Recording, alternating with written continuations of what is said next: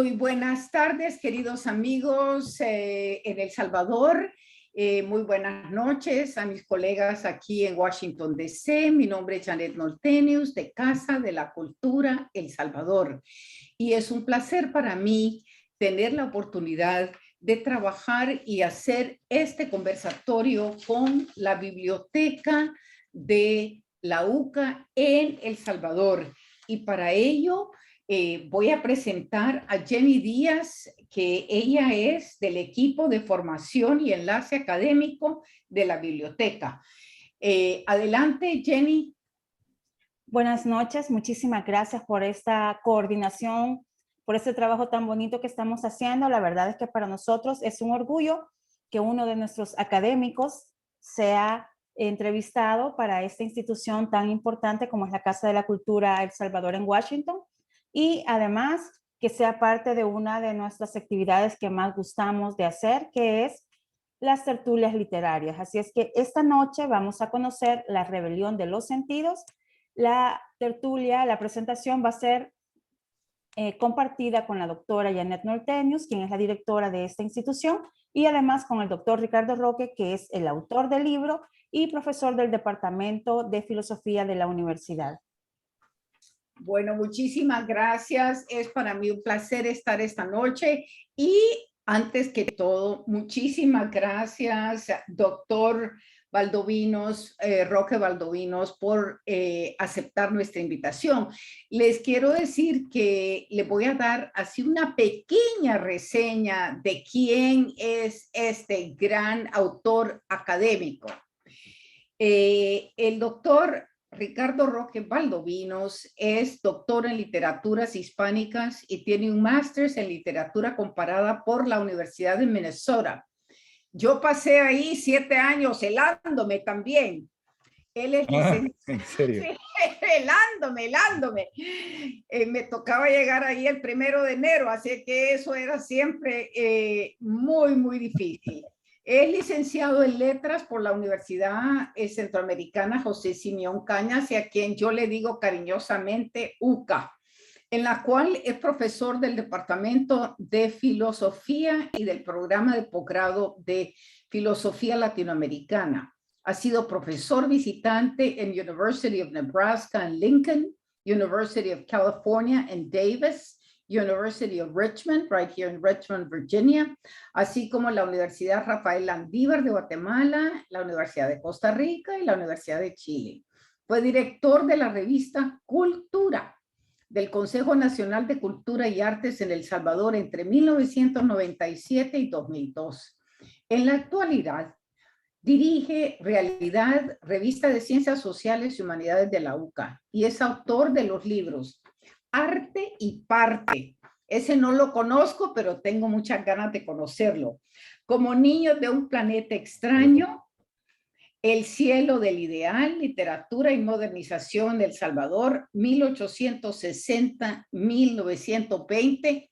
Ya lo leí y está recomendado para todos porque me encantó. Aprendí muchísimo.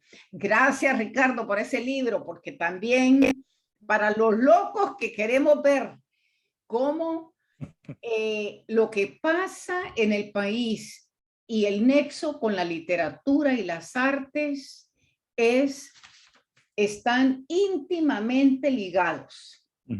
Que la cultura refleja lo que está pasando y hasta lo que no está pasando por enfrente, pero que sí está socavando la cultura existente.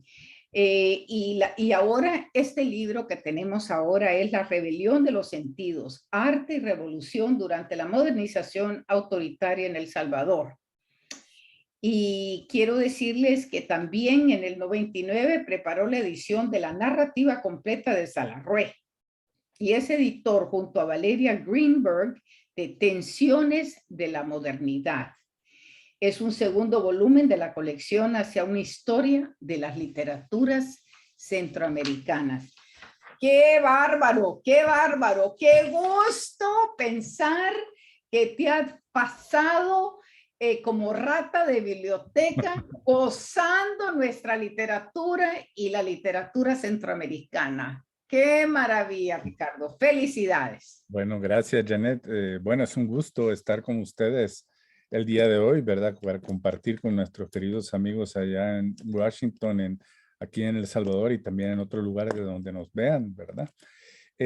Bueno, es un gusto para mí poder estar presentando este libro, ¿verdad? Este libro bueno, pero ¿y cómo fue que se te ocurrió hacer este libro? Cuéntanos.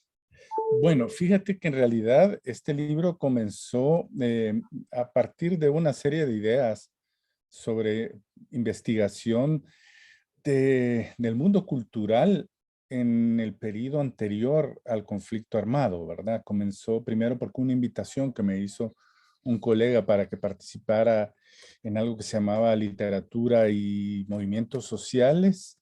Y luego nosotros hicimos un proyecto de investigación en la UCA con otros colegas del Departamento de Arquitectura, que se llama Organización del Espacio, y con el Departamento de Comunicaciones, ¿no? Entonces, bueno, alrededor de eso fuimos haciendo una recopilación muy extensa de material, pero sobre todo la preocupación que yo tenía era como hacer un ejercicio de memoria que nos diera otra mirada sobre nuestro pasado, creo que una mirada que no fuera, por decirlo así, tan luctuosa, catastrófica, ¿no? ¿Verdad? De los periodos difíciles que pasó nuestro país, sino que situarnos un poquito antes, en un momento que yo creo que fue un momento de grandes, por decirlo así, de grandes esperanzas, de grandes oportunidades, de grandes cambios, de situaciones que eran muy conflictivas, pero a la vez que demostraron ser como muy eh, estimulantes para la creación en el ámbito artístico, pero también en otros ámbitos, ¿verdad? En el ámbito político, en el ámbito social. Entonces yo no quiero que se nos olvide eso, ¿verdad? No quiero que tengamos siempre como una mirada muy negativa, catastrófica de nuestro país, sino que sepamos ver esos momentos en los que realmente se han estado haciendo cosas muy, muy importantes, muy innovadoras, ¿no? ¿Verdad? Y entonces yo le presté atención a este periodo que más o menos abarca a grandes rasgos entre 1950 y 1979, por decir un año, ¿verdad? Que yo creo que es y ese periodo bueno, tomo la denominación, no lo denomino yo, ¿verdad? Modernización autoritaria, que es el periodo de los militares, ¿no? ¿Verdad? En El Salvador. Pero, digamos, un periodo de los militares que es cierto, tiene ese lado, por decirlo así, qué sé yo, ¿verdad? De coacción de las libertades políticas, de represión en un momento selectiva, después más generalizada, etcétera. Pero también es un momento bastante complejo y contradictorio, ¿no? Porque es un momento en el que hay una especie como de euforia, de transformación del país. Y yo creo que por distintas razones coinciden en estos espacios llamados culturales, artísticos, una serie de actores muy diversos, ¿no? ¿Verdad? Entonces, quizás ese momento me llamó la atención. En este proyecto de investigación que te cuento que hicimos, tuvimos la oportunidad de entrevistar a una gran cantidad de personas, cerca de 50, quizás personas que tuvieron una participación activa en ese momento. Le hicimos entrevistas en extenso, ¿no? ¿Verdad? Entrevistas de hora y media, 2 horas, ¿no? Algunas más, ¿no? ¿Verdad? Y poco a poco fuimos construyendo por decirlo así, distintas miradas sobre lo que estaba pasando en este momento. Entonces, yo un poco a posteriori, a partir de todo este material, lo comencé a organizar en el libro que les presento ahora, ¿verdad? Entonces, quizás es muy importante tener en cuenta esto de la modernización autoritaria, ¿verdad? ¿A qué me refiero? ¿O a qué se refieren también los estudiosos? Porque es un tema que no me lo invento yo. Y es este periodo en que, por decirlo así, el país está como en una etapa por decirlo así, de euforia transformadora, Y la idea es autoritaria porque, bueno, es una modernización que se trata de hacer desde arriba, ¿no? ¿Verdad? Desde arriba, desde las directrices que dan, digamos, eh, los líderes de ese momento, que es, digamos, el momento en el que el país es dirigido por el ejército y por una serie de políticos e intelectuales ligados a ese momento, ¿no? Algo que quien lo estudia bastante bien es Roberto Turcios, ¿no? En sus libros que tiene sobre ese aspecto de la historia del país. Pero a mí me interesó centrarme en el mundo cultural, ¿verdad? El mundo cultural, que es un mundo muy curioso, ¿no? Es un mundo curioso porque por un lado, digamos las autoridades, los presidentes de ese entonces, por ejemplo, Óscar Osorio, ¿verdad?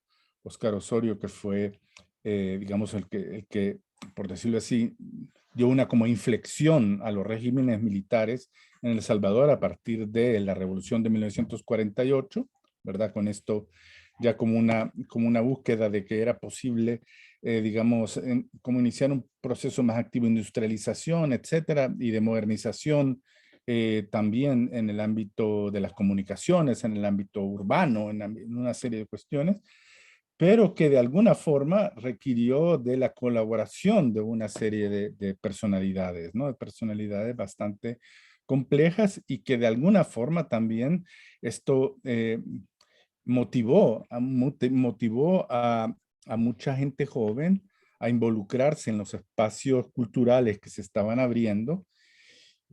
Y lo paradójico es que muchas de estas personas después fueron los que lideraron los movimientos revolucionarios, ¿no? ¿Verdad?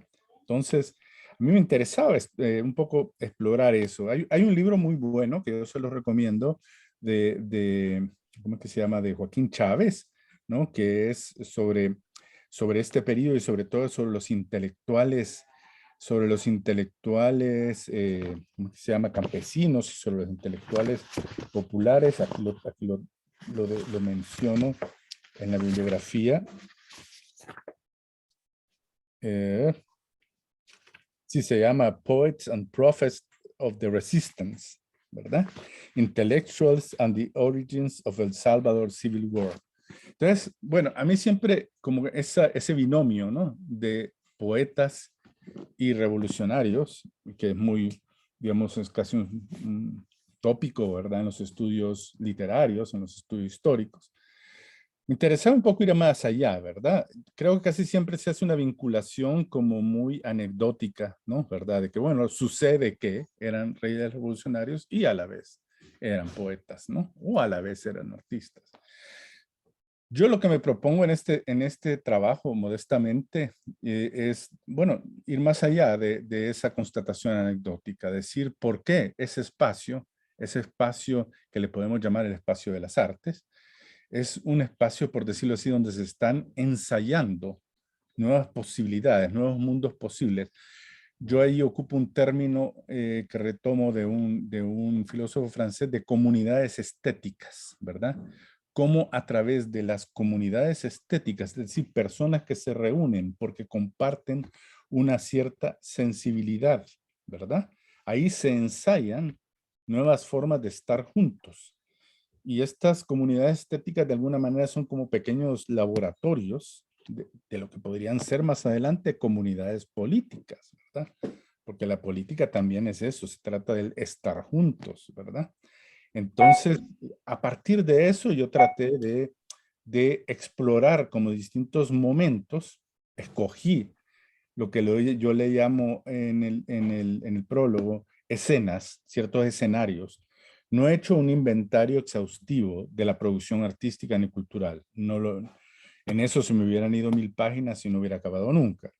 Yo más bien trato de explicar ciertos escenarios en el que se ven estos cambios que están ocurriendo, ¿verdad? Este reflujo de maneras de pensar, de maneras de sentir, cómo se pasó de una sociedad que era muy tradicional, digamos, como un imaginario bastante, digamos, machista, como les diría, autoritario, ¿no? Vertical, bueno, a esta especie como de rebelión juvenil, que fue un primero, una especie de eclosión de rebelión juvenil. Después hubo una especie de rebelión también en el mundo del campo, y después hubo ya una especie de proceso de cambio que terminó pues en un conflicto bélico que tuvo unos costos muy altos para la sociedad salvadoreña.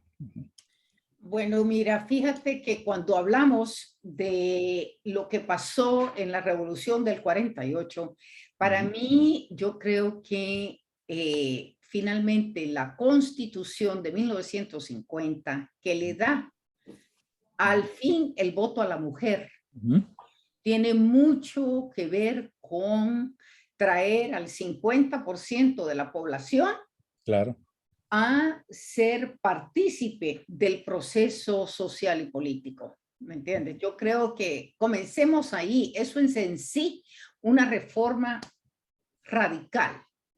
Claro, eso es digamos, como les digo, ese movimiento que se inicia con la figura de Osorio y estos militares de una nueva generación, ¿verdad? Que si lo contraponemos, por decirlo así, con el general Hernández Martínez y Castaneda Castro, ¿no? Que serían más bien como los de viejo cuño, ¿verdad? Que era de tratar de mantener una sociedad más o menos tradicional y desde ahí ir dando algunos pasos en la modernización. Pues esta ya empieza a abrazar, ¿verdad?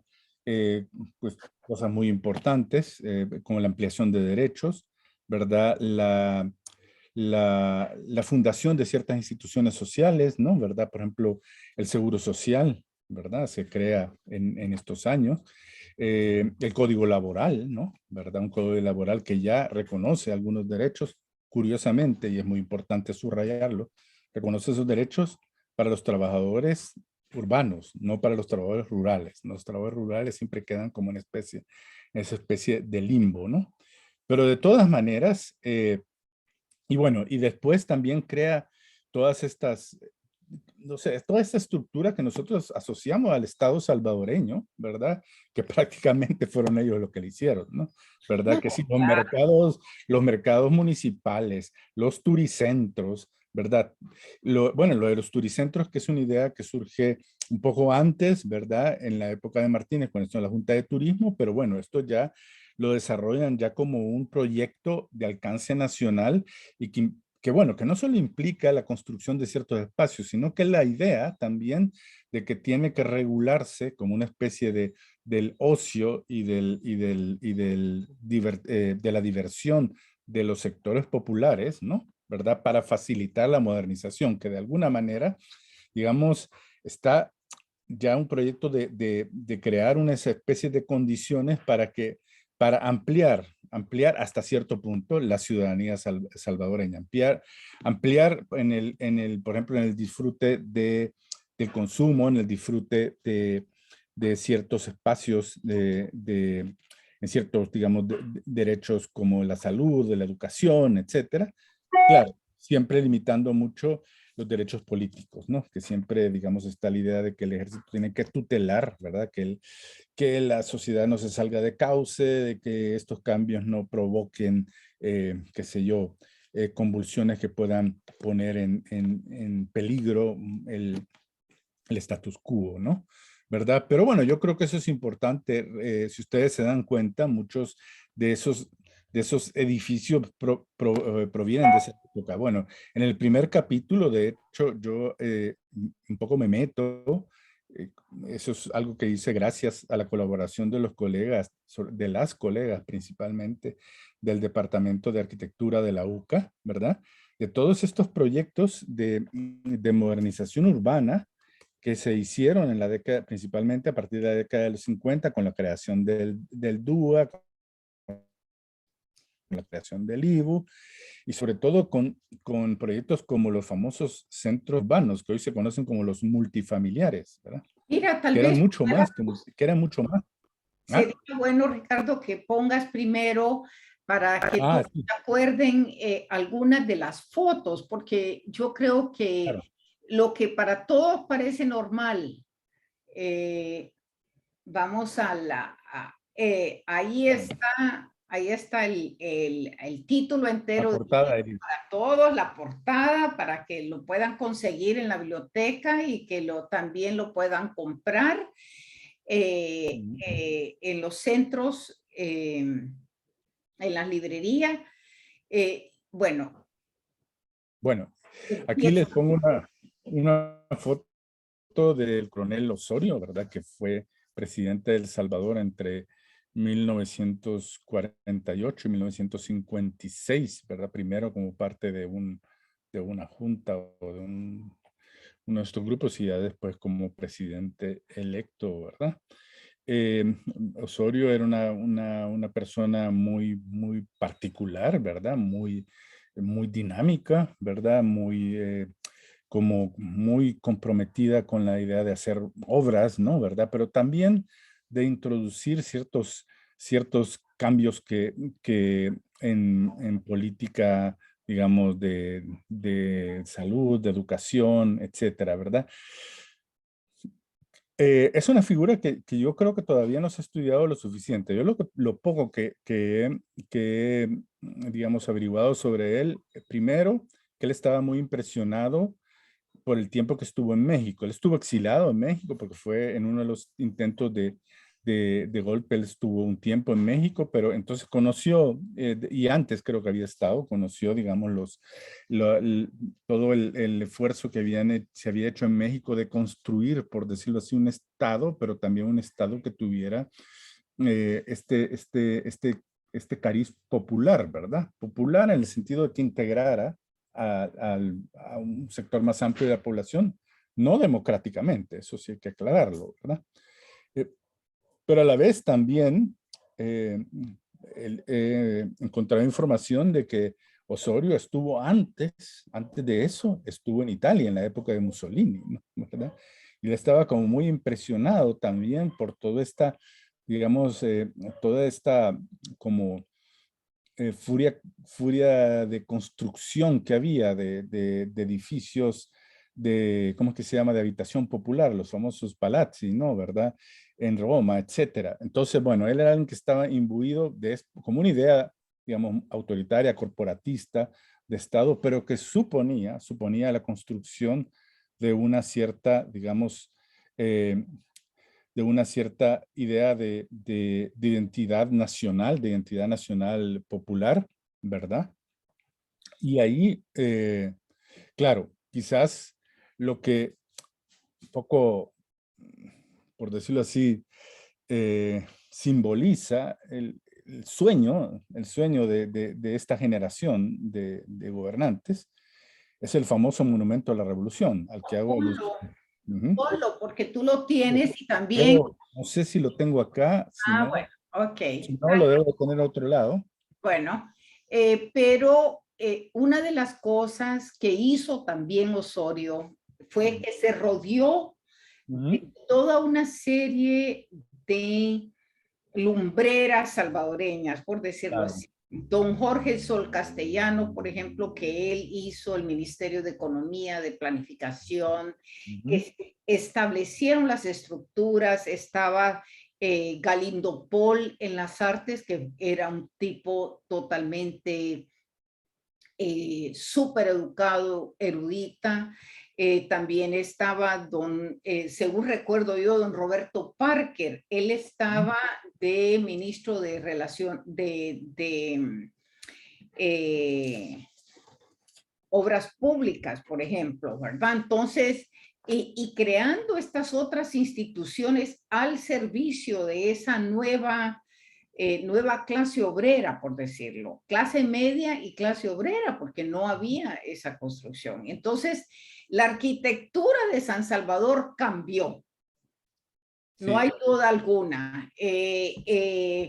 Hay tantos edificios de don Herbert de Sola, por ejemplo, que cambió toda la manera. Yo fui testiga de niña de eso porque mi papá estaba asociado con Chava Chusí y tenía una firma de constructoras, así que sí vi yo la modernización, la colonia, por ejemplo, la colonia Flor Blanca se hizo en los años 50. En parte, y todas eran ya estructuras más modernas, ¿no? No, Entonces, claro. y el crear instituciones para el agua, los desechos sólidos, aquí está la revolución. Bueno, tal vez es interesante hablar, esto seguramente, bueno, quienes conocen San Salvador estarán familiarizados, ¿verdad? Se llama el Movimiento a la Revolución de 1948, popularmente conocido como el Chulón, ¿verdad? ¿Verdad? El chulón se le llama. Nos reunimos ahí donde el chulón, decía uno. Sí. Entonces, pero bueno, esto, digamos, es una como especie de celebración del proyecto de Osorio, aun cuando se inauguró en el periodo de su sucesor, del general Lemus, ¿no? ¿Verdad? Entonces, bueno, se llama el Chulón porque ahí hay un mural, un mosaico, de hecho, una especie de un gigantesco que todavía existe, que lo elaboró doña Violeta Bonilla, ¿no? ¿Verdad? Es importante señalar que una artista, ¿verdad? Tuvo un papel destacado en ese momento y ella lo elaboró con una especie, se llama, bueno, primero lo elaboró con un mosaico que son piedritas de 14 colores distintos, supuestamente cada una de ellas representa uno de los departamentos del Salvador, ¿verdad? Entonces, ella había estudiado en México, estaba casada con un mexicano, entiendo yo, con uno de los ingenieros o arquitectos que participó en este proyecto, ¿verdad? Y entonces la idea era este monumento que se llamaba al Monumento al Nuevo Hombre Salvadoreño, ¿no? ¿Verdad? Entonces, si se dan cuenta, el chulón es digamos, esta figura humana aquí que está levantando las manos y se está liberando, ¿no? ¿Verdad? Pero a la vez, el monumento es un conjunto que tiene varias otras piezas que conviene destacar. Hay también un conjunto escultórico que hoy está como en una fuentecita pegada al Marte, ¿verdad? Hoy está el Museo de Arte allí, ¿no? Detrás de este monumento. Y este es un monumento que hizo un conjunto escultórico que lo realizó este escultor costarricense Francisco Zúñiga, ¿verdad? Y allí pueden encontrar ustedes, en ese conjunto escultórico está la figura de una familia campesina, ¿verdad? Una familia, digamos, de personas, digamos, con atuendos muy humildes, custodiadas por unos soldados, ¿no? ¿Verdad? Que digamos es como representa al ejército que de alguna manera los está sacando, ¿verdad? Del anonimato, de la opresión. Encima hay una especie como de figura de un flotante, de un ángel, ¿verdad? Una especie de ángel que porta una escultura o un detalle, la Constitución de 1950, ¿verdad? Es más, este monumento estaba pensado para que en los pies de esta figura humana hay una especie como de pebetero, que ahí es donde debería de arder una antorcha eterna, ¿verdad? Ahí tendría que estar, digamos, quemándose perennemente una antorcha que fuera como el espíritu de la revolución esta. Y abajo hay una especie como de pequeño sótano y ahí debía estar guardada en una urna la Constitución de 1950, ¿verdad? La Constitución que es la primera que consagra, digamos, los derechos de los trabajadores, ¿verdad? La que tiene algunos, digamos, esbozos de política social, ¿verdad? Con todas las limitantes que he mencionado anteriormente, etcétera, ¿verdad? Entonces, bueno, esto era parte yo menciono eso digamos, en el primer capítulo de mi libro, ¿verdad? Donde hablo un poco de todos estos cambios que se empiezan a dar en la ciudad, porque San Salvador es una ciudad muy peculiar, ¿no? Es una ciudad muy peculiar en el ámbito latinoamericano, porque es la única ciudad latinoamericana que prácticamente no tiene vestigios antiguos, ¿no? O los tiene de manera muy residual. ¿Por qué? Porque está en el Valle de las Hamacas y ha sido 15 veces destruida. Entonces San Salvador como que se prestaba perfectamente a todos estos sueños modernizantes, así como muy delirantes de hacer tabula rasa, ¿no? ¿Verdad? Destruir todo y construir todo de nuevo. Eso muy difícilmente lo vamos a ver en ninguna otra capital, no solo centroamericana, sino que latinoamericana, ¿no? ¿Verdad? Bueno, pero fíjate que yo creo que me encanta que nuestros participantes esta noche les quede esta imagen de esta escultura, porque yo creo que eso es con todas las otras ahora esculturas que están a la par, el ejército, el ángel con la Constitución, el ejército sacando a la gente de la pobreza y entrando al mundo moderno, ¿no? Yo creo que eso fue muy significativo para todos esos años.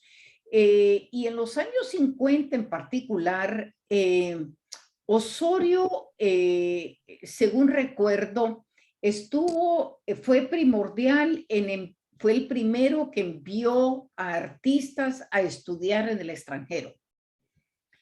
Bueno, yo creo que ya había habido algunas experiencias, digamos, en el que, bueno, un poco el mecenazgo presencial enviaba algunos, bueno, que fue el caso de Salarrué, el caso de Valentín Estrada, ¿verdad? Etcétera, pero eran casos como aislados, ¿verdad? Pero sobre todo quizás lo interesante de Osorio es que también empieza a crear ciertos espacios culturales donde, que digamos que tienen ya una proyección un poco más amplia. Está la Dirección de Bellas Artes. En la Dirección de Bellas Artes está el elenco estable de teatro, ahí dirigido por primero por don Edmundo Barbero, ¿no? ¿Verdad?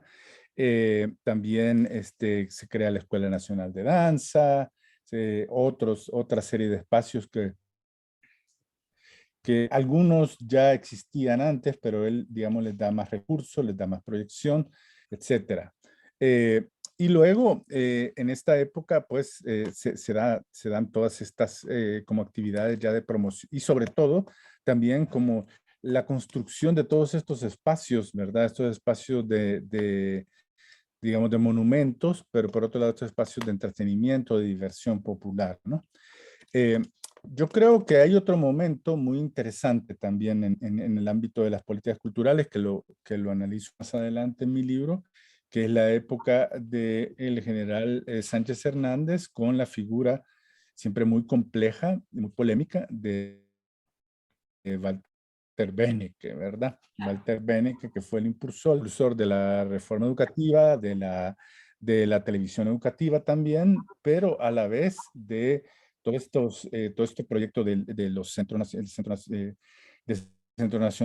de las Artes, de los bachilleratos en artes, etcétera, que esos fueron, digamos, unos espacios que promovieron mucho la actividad artística, ¿no?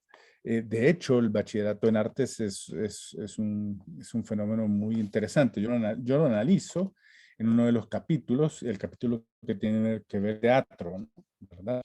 Porque precisamente de ese bachillerato en artes, bueno, surgió buena parte del movimiento teatral salvadoreño actual, ¿verdad? Y a la vez es, digamos, uno de los espacios más donde también se dieron de repente todos estos experimentos teatrales muy originales, ¿no? Que pusieron a Salvador un poco en el centro de la vanguardia teatral latinoamericana, ¿no? Crearon esos festivales de teatro, ¿no? ¿Verdad? Festivales nacionales de teatro.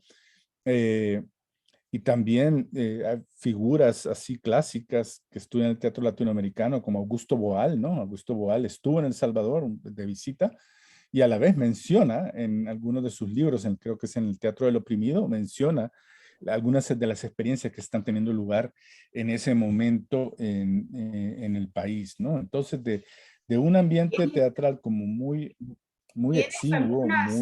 ¿Tienes algunas fotos en las que seleccionaste Claro. para que el público las Vamos a pueda ver. ver? Vamos a ver. Quiero ver. Bueno, Sí, ahí Roberto, debe estar.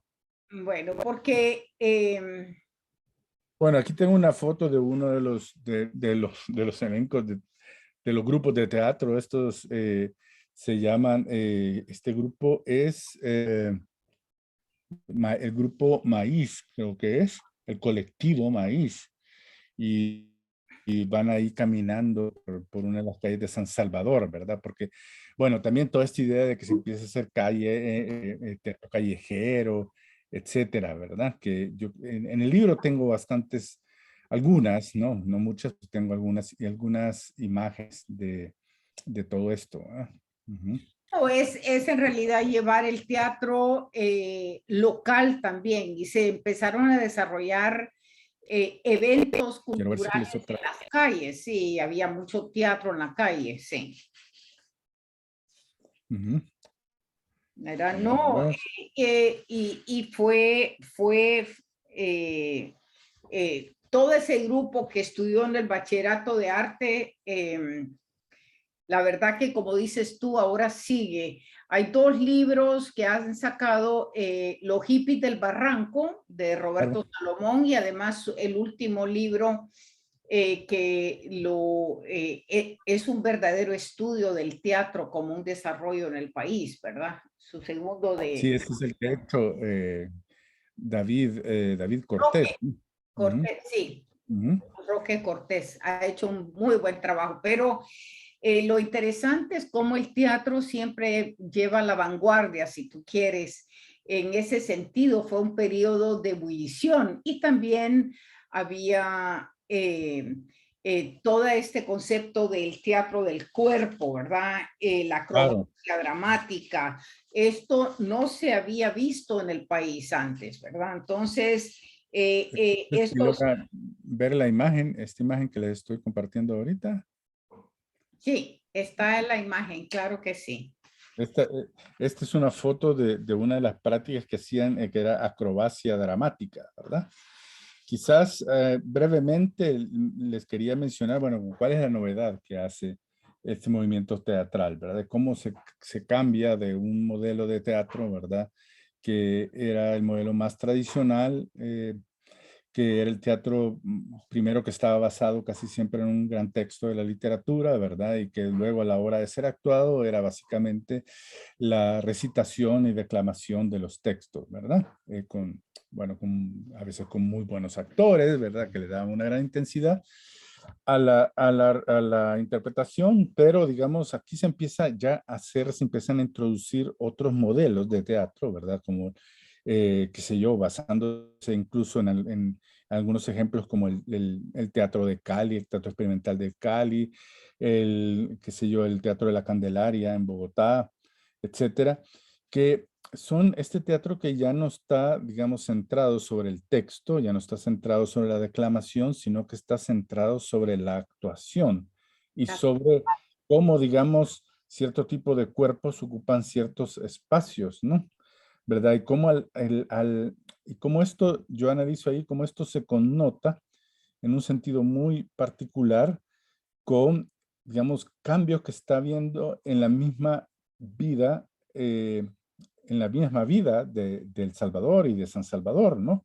Cómo de repente otros cuerpos que habían estado invisibilizados comienzan a tener protagonismo, a ocupar el espacio, ¿no? A ocupar esos espacios públicos. Los cuerpos de bueno, de toda los nuevos movimientos sociales, etcétera, ¿no? Que empiezan a tener una vida mucho más visible y empiezan ya también a querer, a demandar participar en la vida nacional.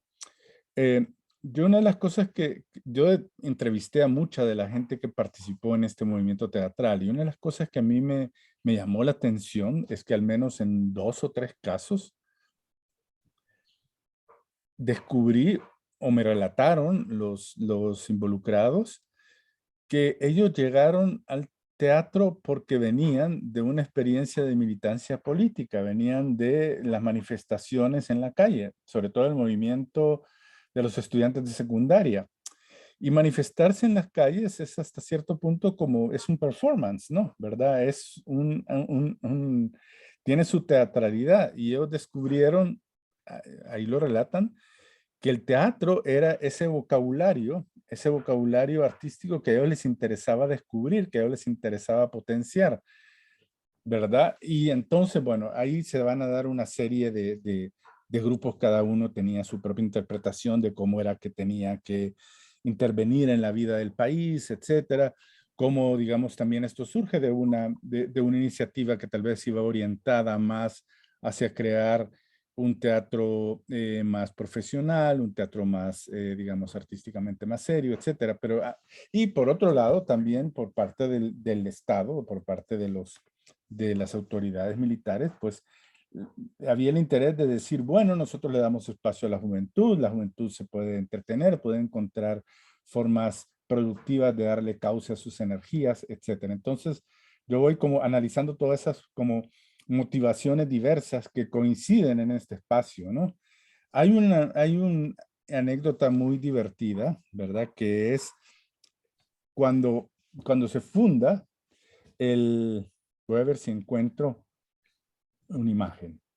Cuando se funda el bachillerato en artes, a ver, cuando se funda el bachillerato, aquí está, a ver si la logro abrir.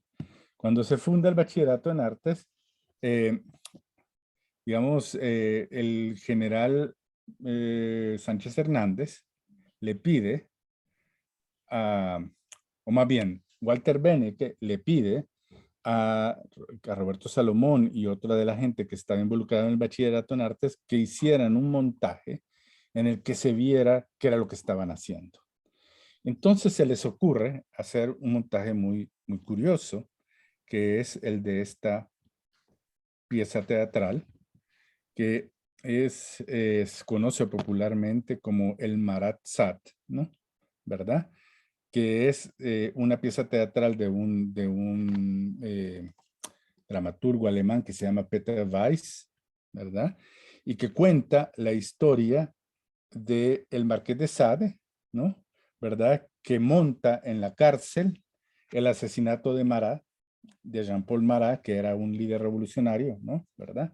Está en la cárcel y montan este espectáculo para las nuevas autoridades, que son los revolucionarios que ya están acomodados, que ya están como integrados a la vida, digamos, al orden dominante, ¿verdad? Entonces hace este montaje que es una gran locura.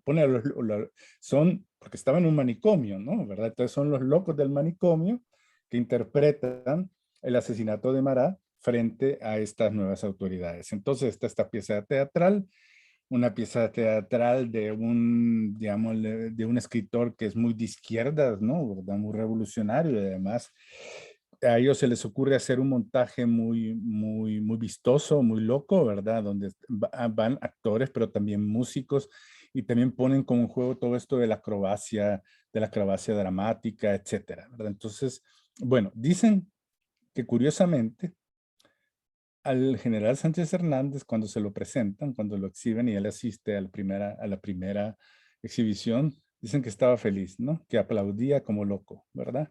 Y dijo, finalmente, ¿no? Tenemos algo que le podemos demostrar a esta juventud que en lugar de andarse metiendo en política pueden hacer arte, etcétera, etcétera, ¿verdad? Y esto es una manera de encauzar la energía juvenil, porque ya había una sensación de que ese mundo, digamos, cerrado, que el autoritarismo militar había creado en El Salvador, se estaba resquebrajando, ¿verdad? Entonces, de ahí surgen ese tipo, primero estas iniciativas. Ahora, cómo la gente se apunta a eso y con qué intenciones, pues siempre es mucho más complejo, ¿no? ¿Verdad? Ahí, digamos, algunos creían que que era el primer paso para hacer la revolución, ¿verdad?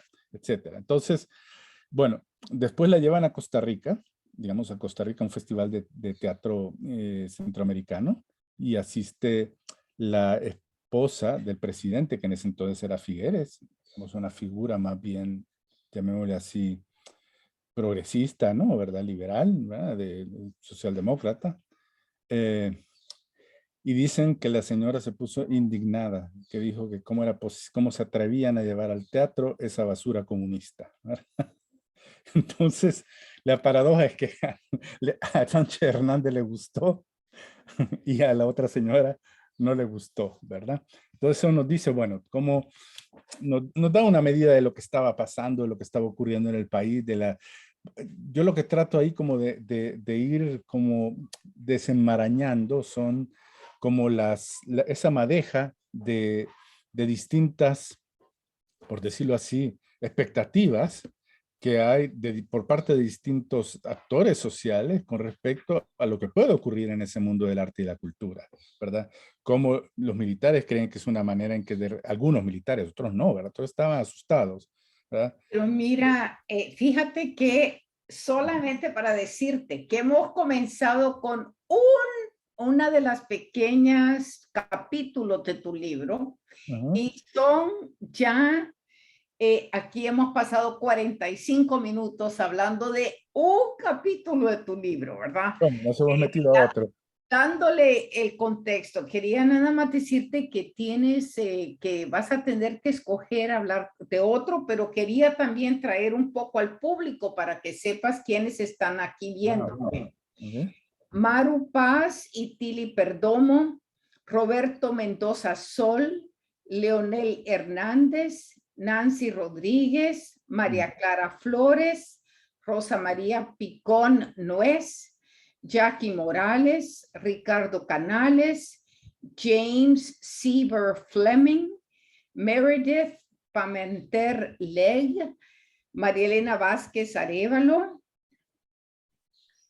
Mitch González. Pueden encontrar el libro en la biblioteca Florentino y Duarte como La Rebelión, así es que ahí está en la biblioteca, dice.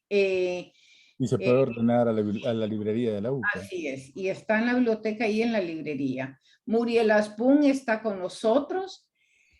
Hugo Martínez Acuña, muy interesante conversatorio. Él tendría mucho que decir de ese periodo porque ha sido uno de los poetas y escritores de la época.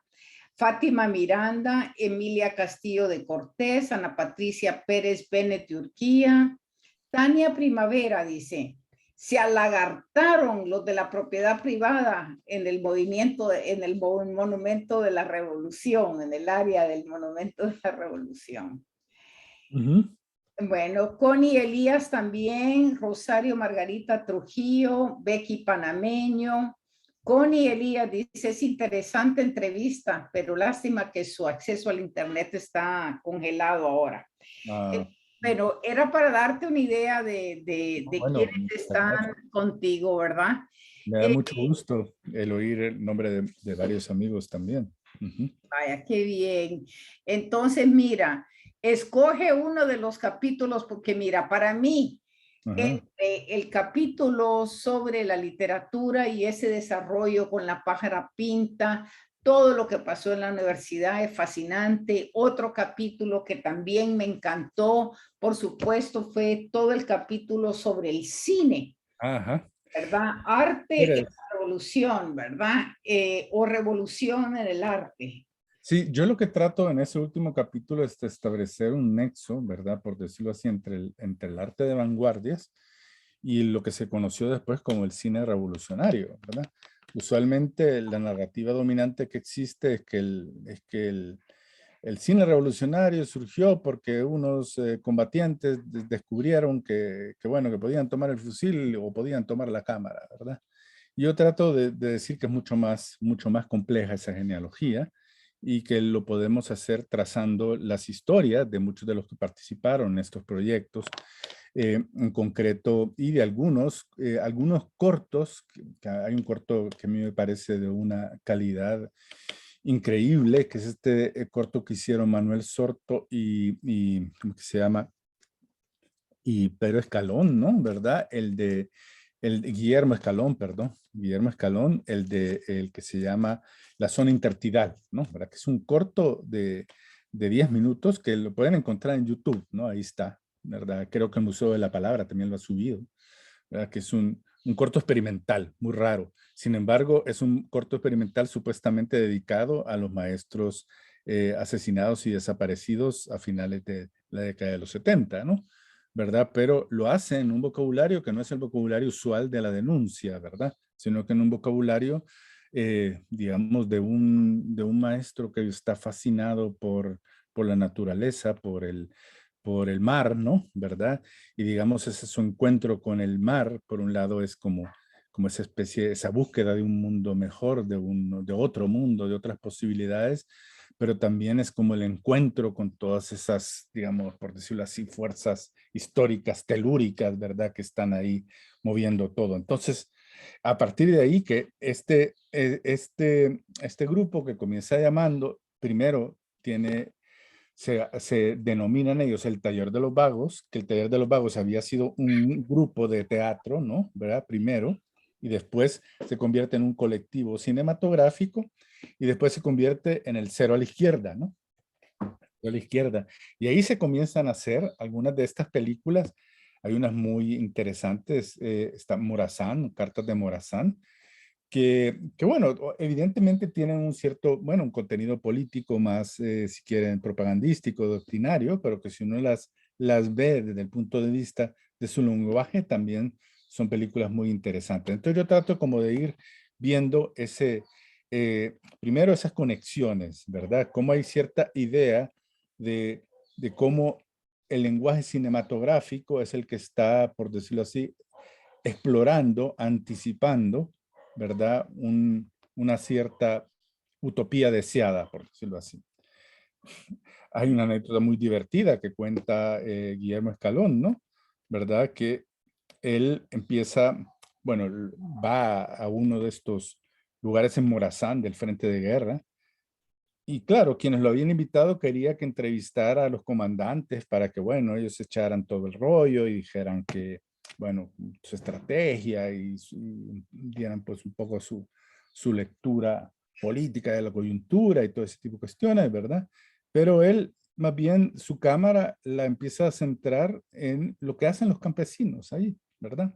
Lo que hacen los campesinos, desde cómo siguen recogiendo la cosecha, cómo siguen elaborando sus alimentos, y digamos cómo hay parte de esa como naturalidad, de esa, por decirlo así, alegría de estar juntos. También en el momento en que están haciendo tareas más de carácter bélico, como preparar armas, etcétera, ¿verdad? Y entonces, al final parece ser que quienes le habían encomendado ese documental a Guillermo Escalón estaban muy molestos, ¿no? Porque le dice, bueno, ¿y a mí qué me importa? ¿Y por qué pierde el tiempo enfocándole, qué sé yo, a gente que está, no sé, ¿verdad?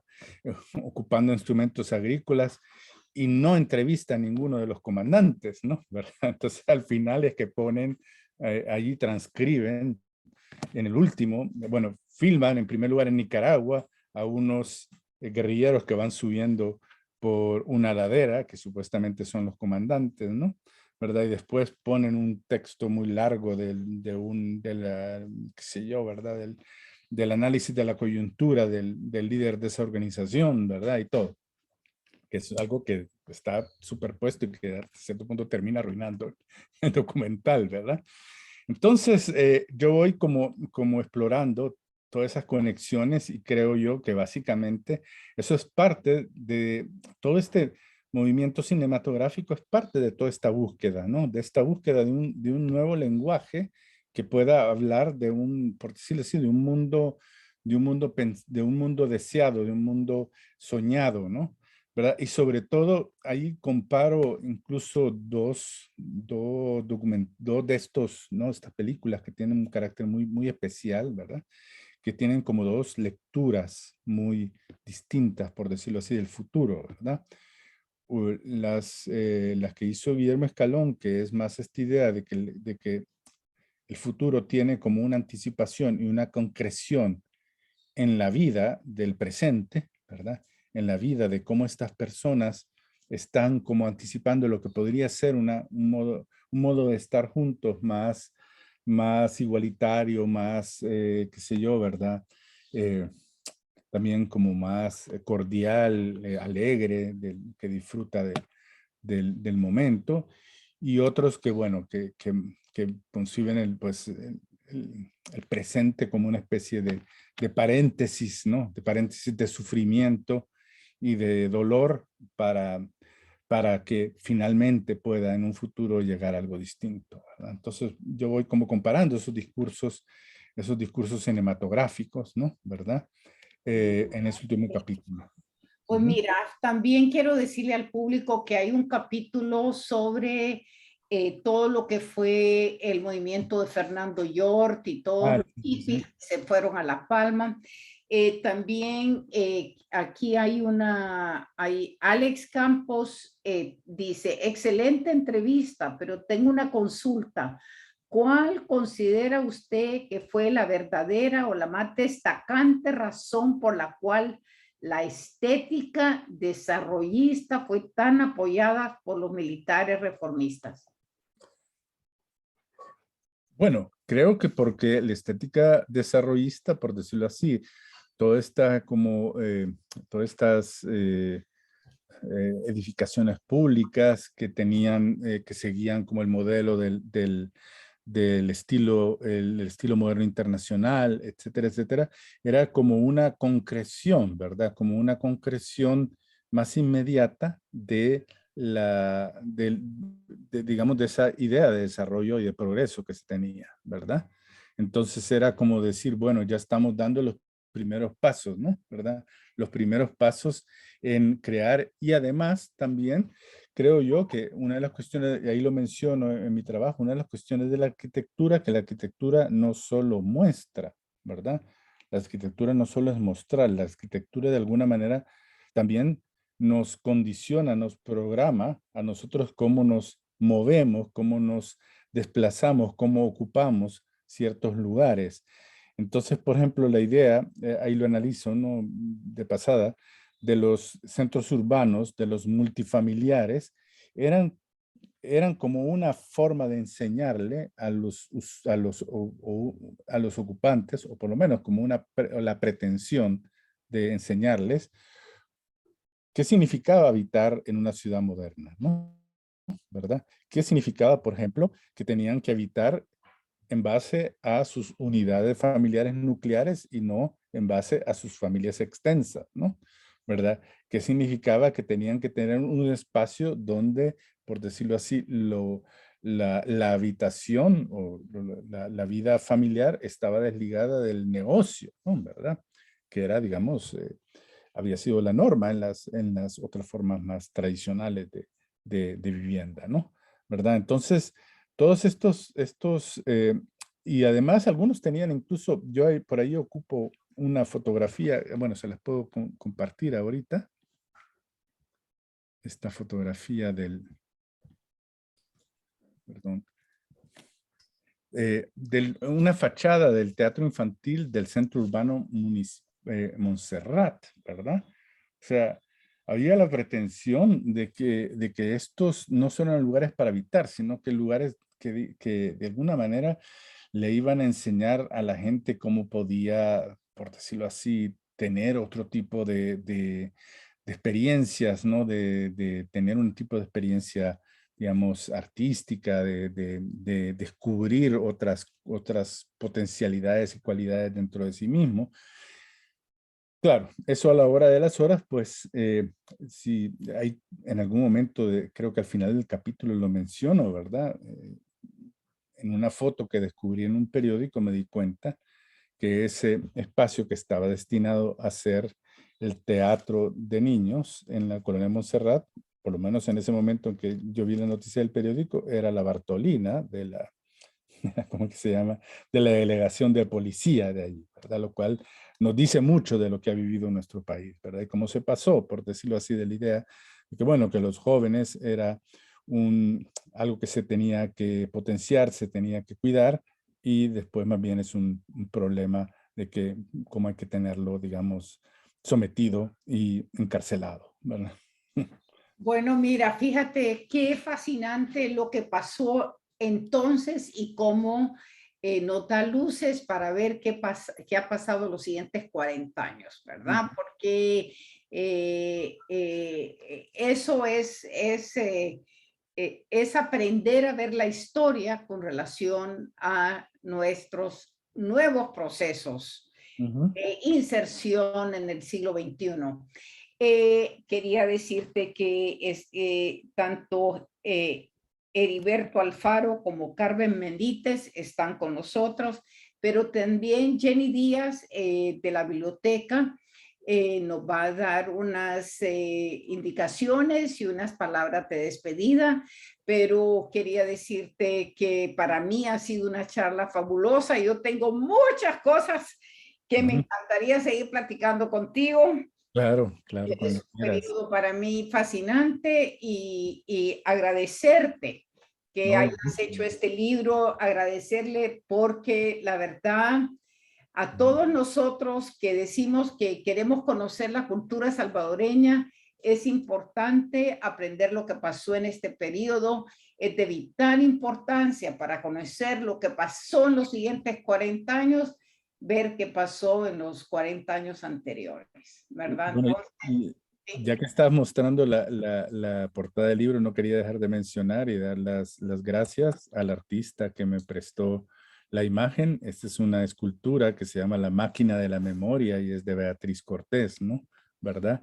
Es una escultura muy interesante que tiene movimiento y todo y que ha sido construida a partir de viejos engranajes. Entonces a mí me parecía que, por una parte, nos decía algo de todo este periodo de industrialización y todo eso, esos ensayos de industrialización, pero también hablaba un poco del libro como ejercicio de memoria hecho un poco de un montón de retazos que yo he encontrado por ahí. muy bien, gracias. Y Beatriz, pues ella es una gran artista de la diáspora aquí en Estados Unidos. Adelante, por favor, Jenny. Muchas gracias a ambos, doctor Anuel Tenius, doctor Ricardo Roque. De verdad que ha sido maravilloso tener este encuentro entre ustedes, escuchar a Janet tan entusiasmada con los escritos del doctor Roque y a todos nosotros, pues, es un académico al que siempre nos gusta escuchar, que este conocimiento lo hace asequible a todos. También quiero comentarles nuevamente que el libro se puede prestar en la biblioteca y como el doctor Roque mencionó, también se puede solicitar en la librería UCA y algo más. Tenemos el portal de revistas UCA y allí ustedes pueden consultar el número 150 de la revista Realidad que está dedicado a la arquitectura de la modernidad. Entonces, allí tienen donde divertirse y leer bastante realmente. Y no quisiera retirarme sin antes hacer una invitación para una actividad que vamos a tener mañana a las 7 de la noche. Se llama Cuentos de Buenas Noches para Dormir y Roncar. Vamos a tener a Glenda Amaya, una graduada UCA que cuando estaba en los Estados Unidos se encontró con que no había muchos libros en español para leerle a su hija mientras esperaba que naciera.